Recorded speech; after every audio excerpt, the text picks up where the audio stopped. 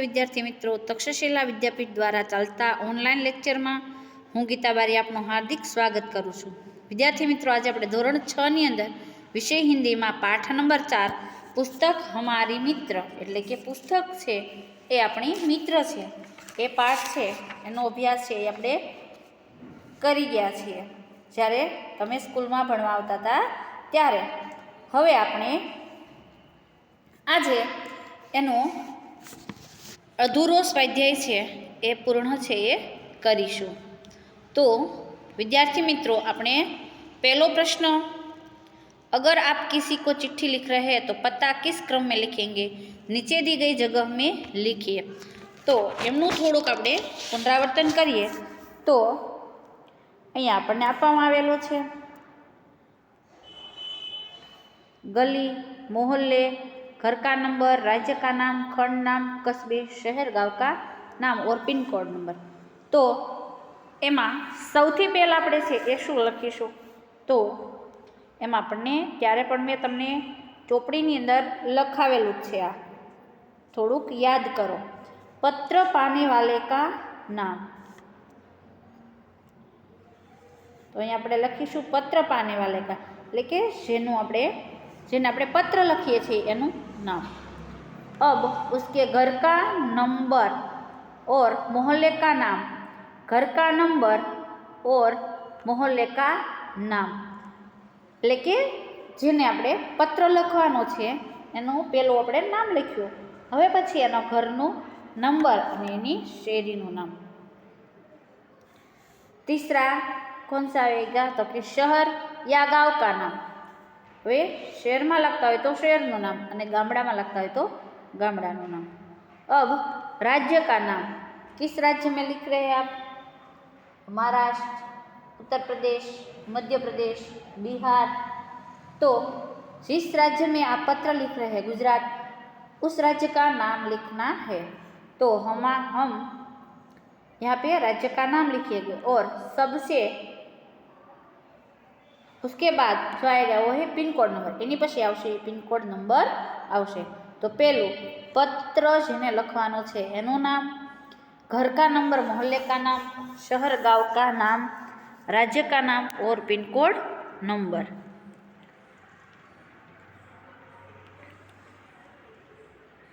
Way any पछी बीजू छे प्रारूप के आधार पर मित्र को जन्मदिन बधाई के संदर्भ में पत्र लिखिए। तो विद्यार्थी मित्रों, आ बीजो प्रश्न पण आपणे छे ए पाठ्यपुस्तकनी अंदर थई गयेलो छे। पेलुं छे भेजने वाले का पता, एटले के जे पत्र तमने मोकले छे एनुं नाम, दिनांक, तारीख, संबोधन, एनुं उद्बोधन। पछी तमारे अभिवादन करवानुं छे। आपणे अभिवादन में तमने शीखवाड्युं हतुं के आज ही तुम्हारा पत्र मिला, कई दिनों से तुम्हारा पत्र नहीं मिला, आज ही तुम्हारा पत्र मिला, मैं यहाँ सकुशल हूँ, तुम्हारे परिवार के सभी सदस्य वहाँ सकुशल होंगे। याद करो। हवे तमारे शा माटेने पत्र लखवानो छे एनुं कारण पण आपणे लखाव्युं छे। तो अन्य समाचार अने पछी समाप्ति अने एनी पछी संबंध अने नाम। हवे विद्यार्थी मित्रों, प्रश्न नंबर 3, आपने अपने मित्र को चिट्ठी भेजना चाहते हो तो ठीक से अपनी जगह पर पहुँचे ऐसा पता लिखिए। तमे तमारा मित्र ने पत्र लखवा मांगो छो अथवा तो चिट्ठी लखवा मांगो छो तो सारी रीते ए पोताना साचा स्थाने पहुँचे एवी रीते एनुं तमारे सरनामું लखवानुं छे, एटले के एड्रेस। हिंदी में उसको बोलते हैं पता। एटले के अहींया आपणे मित्रनुं एड्रेस छे ए लखवानुं छे। એ પણ આપણે તમને કરાવી દીધેલું છે। તો હવે આગળનો પ્રશ્ન નંબર 4, चित्र देखिए और जानकारी प्राप्त करने के लिए प्रश्न पूछिए। चित्र છે એ જુઓ અને માહિતી મેળવવા માટે પ્રશ્ન તમે પૂછો। અહીંયાથી આપણે બાકી છે તો અહીંથી આપણે આગળનો અભ્યાસ છે એ કરીશું। મારી સાથે તમે રફ નોટની અંદર છે એ પ્રશ્નો લખતા जजो अने साथे एमना जवाब पण लखता जजो। विद्यार्थी मित्रों, यहाँ आपको पहला चित्र है वो देखना है और पहला प्रश्न है, इस चित्र में आपको क्या दिख रहा है? आदमी, तो इस चित्र में हमें एक आदमी और सड़क दिखने को मिलती है। आदमी कहाँ चलकर रोड क्रॉस करता है? आदमी चित्र में तुम्हें क्या दिखाई दे रहा है? એટલે ચિત્રમાં તમને શું જોવા મળી રહ્યું છે? આદમી છે એ ક્યાં ચાલીને રોડ છે એ ક્રોસ કરે છે, એટલે કે પસાર કરે છે। તો બીજો પ્રશ્ન છે એ છે કે લડકી ક્યો ખડી રહ ગઈ હે? એટલે કે છોકરી શા માટે ઊભી છે, રહી ગઈ છે? માત્ર પ્રશ્ન બનાવવાના છે, એમના જવાબ લખવાના નથી। તો પહેલો પ્રશ્ન તમે લખો कि आदमी कहाँ चलकर रोड क्रॉस करता है? लड़की क्यों खड़ी रह गई है? तीसरा प्रश्न है लड़का लड़की क्या कर रहे हैं? હવે चौथा प्रश्न स्कूटर वाले ने स्कूटर क्यों रोक दिया है? स्कूटर वाले ने स्कूटर क्यों रोक दिया है? એટલે કે સ્કૂટર વાળાએ શા માટે સ્કૂટર છે એ રોકી દીધું છે। પાંચમો પ્રશ્ન છે આદમી ઓર औरत क्या कर रहे हैं? એટલે કે આદમી અને औरत એટલે કે સ્ત્રી, પુરુષ અને સ્ત્રી શું કરી રહ્યા છે? छठो प्रश्न साइकिल वाला लड़का हाथ के इशारे से क्या बता रहा है? तो साइकिल वाला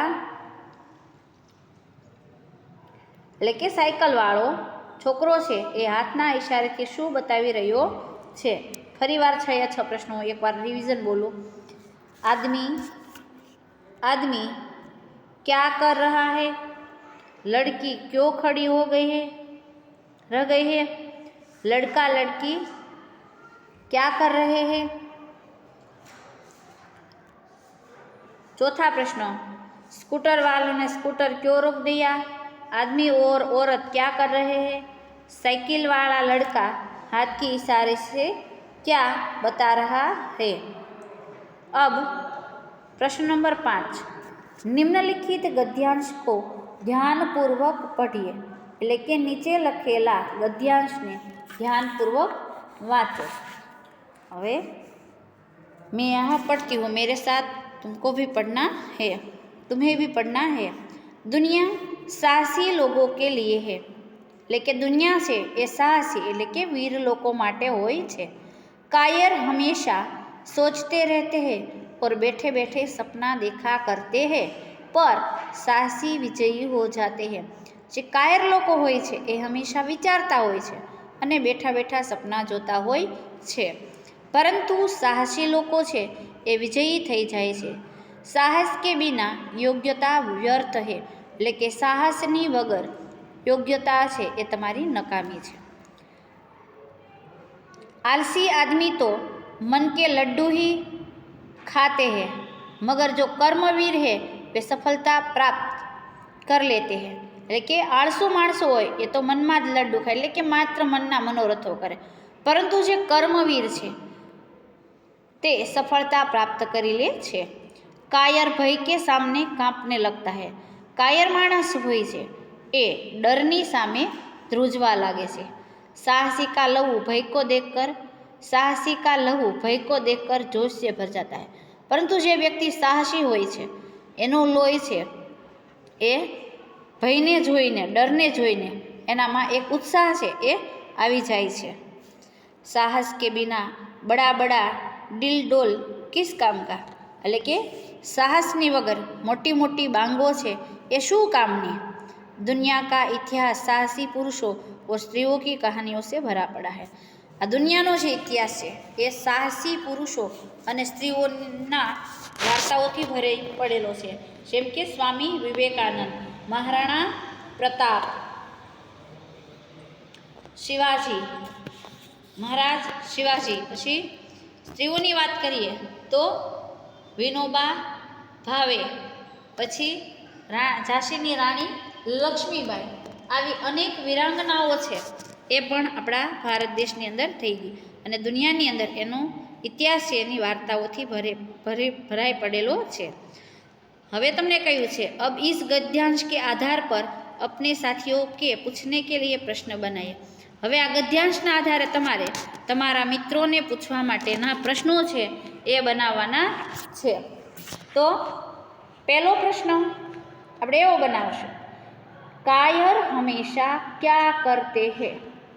લખતા જજો, કાયર હંમેશા ક્યા કરતે હૈ, એટલે કે કાયર હંમેશા શું કરે છે? તો લખવાનું।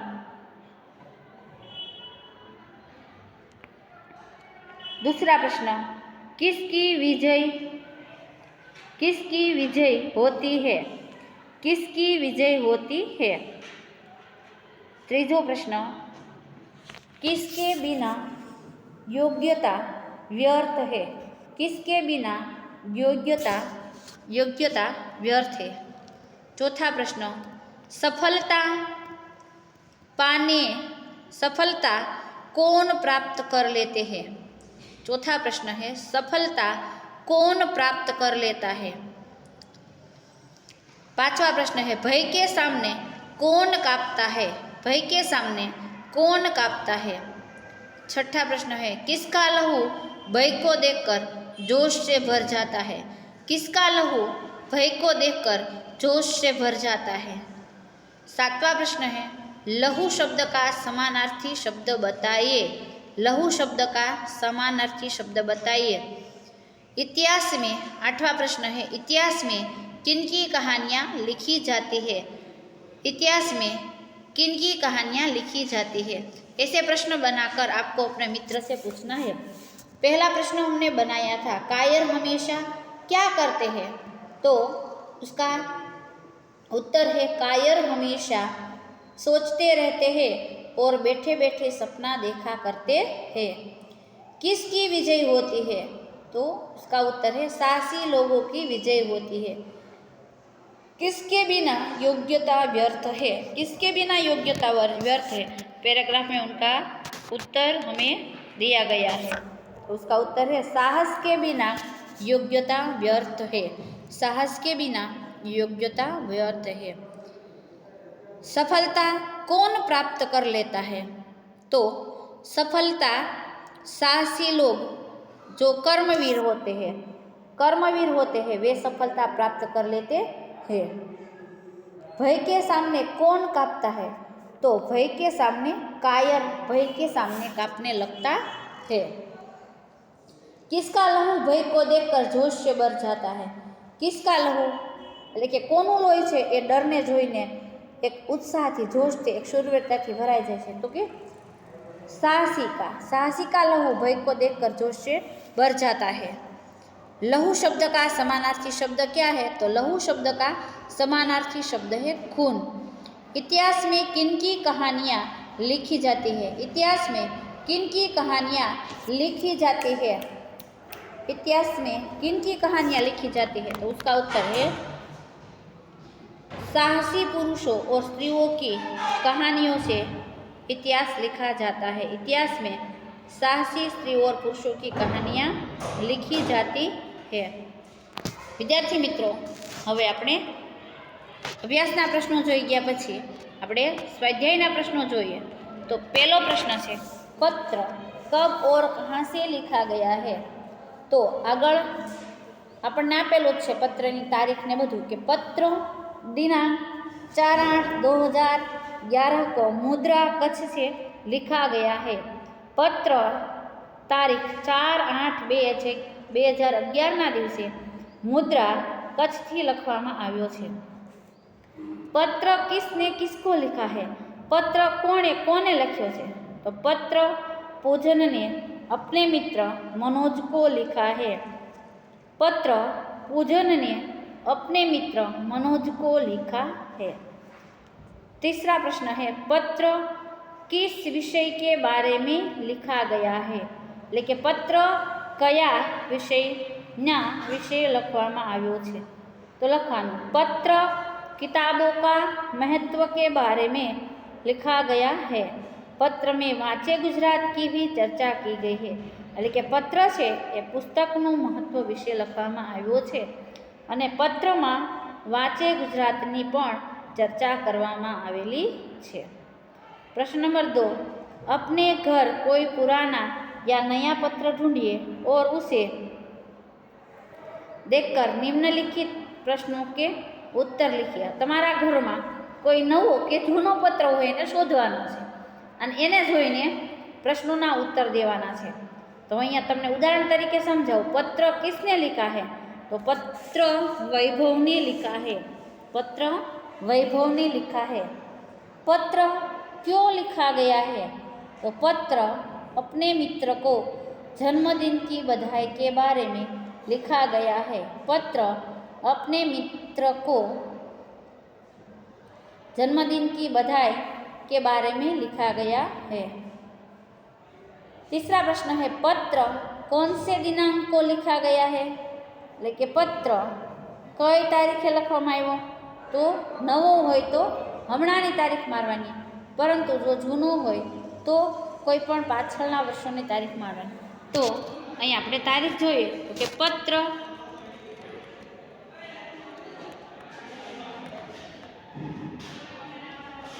14 मार्च 2011 को लिखा गया है। पत्र 14 मार्च 2011 को लिखा गया है।